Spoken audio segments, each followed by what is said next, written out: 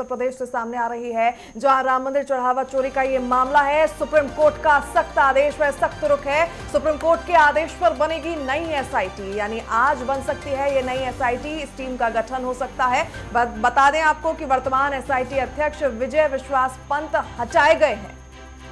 तो देखिए, विशेष सचिव नील रतन को भी हटा दिया गया है। आईजी किरण एस संभाल सकते हैं कमान। एक बदलाव की जो तस्वीर है एसआईटी में अब वो नजर आने वाली है। राम मंदिर चढ़ावा चोरी मामला, हालांकि इस पूरे मामले पर एसआईटी लगातार जांच कर रही थी, लेकिन अब एसआईटी के जो अध्यक्ष है वर्तमान में विश्वास पंत, उन्हें हटाया गया है। विशेष सचिव नील रतन को भी हटा दिया गया। आईजी किरण एस संभाल सकते हैं कमान, और इसके पीछे कई वजह बताई जा रही है। एसआईटी की फाइनल रिपोर्ट भी आनी है। प्रारंभिक रिपोर्ट में कई खुलासे किए गए। सीईओ की नियुक्ति की बात की गई। देखिए, अब नियुक्ति का भी समय है। ट्रस्ट के जो तमाम सदस्य हैं, नियुक्ति की जो प्रक्रिया है, 2000 से ज्यादा आवेदन आए हैं, और उनकी छटनी के बाद जो बेहद सुटेबल कैंडिडेट होंगे उनकी नियुक्ति की जाएगी सुप्रीम कोर्ट के आदेश पर। दूसरी तरफ एक नई एसआईटी का गठन होना है। आज बन सकती है नई एसआईटी, ये सुप्रीम कोर्ट का आदेश है। आपको ये भी बता दें कि सुप्रीम कोर्ट ने जो है पूरे मामले पर, राम मंदिर चढ़ावा चोरी का जो मामला है उस पर तमाम पॉलिटिकल पार्टी से अपील की, आग्रह किया है कि ये बेहद संवेदनशील मामला है, इस पर राजनीति ना की जाए। हमारे साथ हमारे सहयोगी अनूप भी लगातार बने हुए हैं। अनूप, एसआईटी, अब नई एक एसआईटी गठित की जाएगी, इसके पीछे की वजह क्या बताई जा रही है? सुप्रीम कोर्ट का क्या वर्डिक्ट आया?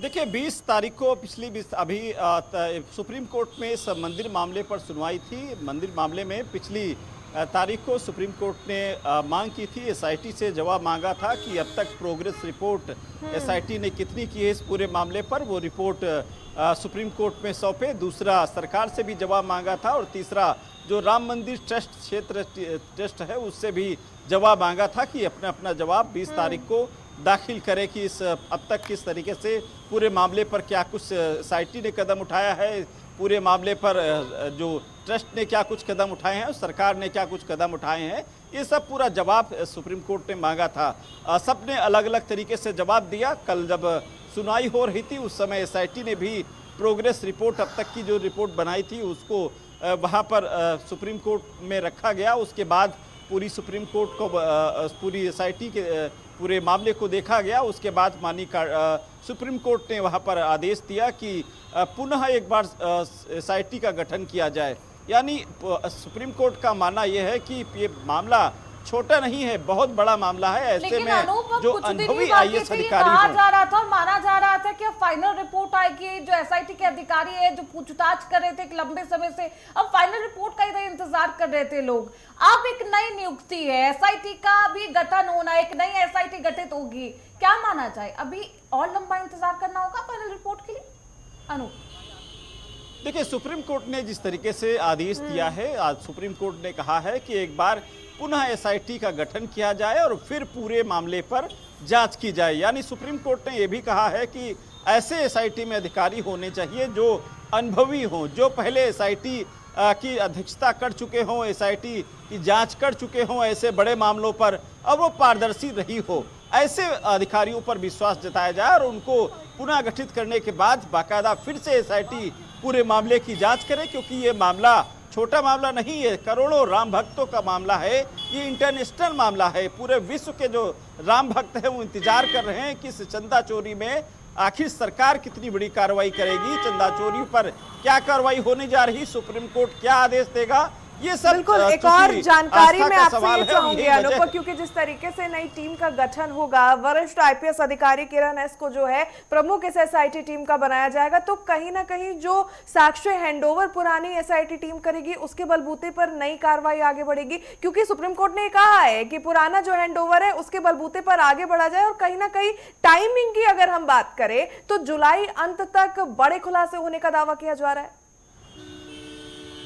बिल्कुल सही है। इसमें जो पुरानी एसआईटी ने अपनी जांच की है उसको पूरा अध्ययन करने के बाद एसआईटी अब आगे की जो कार्रवाई है, आगे की जो जांच है, वो परत उसकी जांच करेगी। निश्चित रूप से आने वाले समय में मुझे लगता जुलाई के अंत में या फिर अगस्त के पहले सप्ताह में पूरी एसआईटी इस पूरे मामले पर जांच करके सुप्रीम कोर्ट को फिर पूरी एसआईटी की रिपोर्ट सौंपी जाएगी। एसआईटी की रिपोर्ट सौंपने के बाद सुप्रीम कोर्ट इस मामले पर निर्णय लेगा। लेकिन अनूप अगर बात करें तो जिस तरीके से पहले भी जब एसआईटी का गठन हुआ था तो कहा गया था कि मात्र 15 दिनों के भीतर जो है एसआईटी की रिपोर्ट आ जाएगी, एक्सटेंड उसे किया गया, महीने का समय दिया गया। लेकिन अब कहा जा रहा है कि नई एसआईटी का गठन होगा जुलाई के अंत तक या अगस्त के पहले सप्ताह की बात करें। आज अगर बात करें तो 21 जुलाई हो गई है, यानी 9 से 10 दिन शेष है जुलाई के अंत में। तो क्या ये कार्रवाई भी आगे बढ़ सकती है? देखिए, उस समय जिस समय एसआईटी के गठन के लिए राम मंदिर ट्रस्ट ने अपील की थी सरकार से कि एसआईटी का गठन करके इस पूरे चंदा चोरी वाले मामले पर जांच करा ली जाए और इस पे पारदर्शी प्रक्रिया, अगर कोई दोषी है तो उसको सजा दी जाएगी। तो निश्चित रूप से वो उस समय मामला सिर्फ चंदा चोरी का था कि रुपए कैसे चोरी हुए, कितने चोरी हुए और कब से मामला चल रहा था। लेकिन जब एसआईटी पूरे मामले की जाँच शुरू की तो ये तमाम मुद्दों पर उस पर जाँच का विस्तार होता गया। वो चाहे जमीन की खरीद फरोख्त की बात करें, उस पे घोटाले की बात करें, मामला सामने आया। तमाम कीमती जेवरात थे, उसका भी मामला सामने आया। जो रुपया कब से जा रहा था वो भी कहीं ना मामला सामने आया। तो जो आईजी किरण एस पर भरोसा जता रही है, इसके पीछे कोई वजह? और इन आईजी केस जो हैं उनके पास कितना अनुभव है? कौन कौन से ऐसे केस रहे अनूप जो उन्होंने सॉल्व किए हैं? क्या इसके बारे में जानकारी मिल पाई है?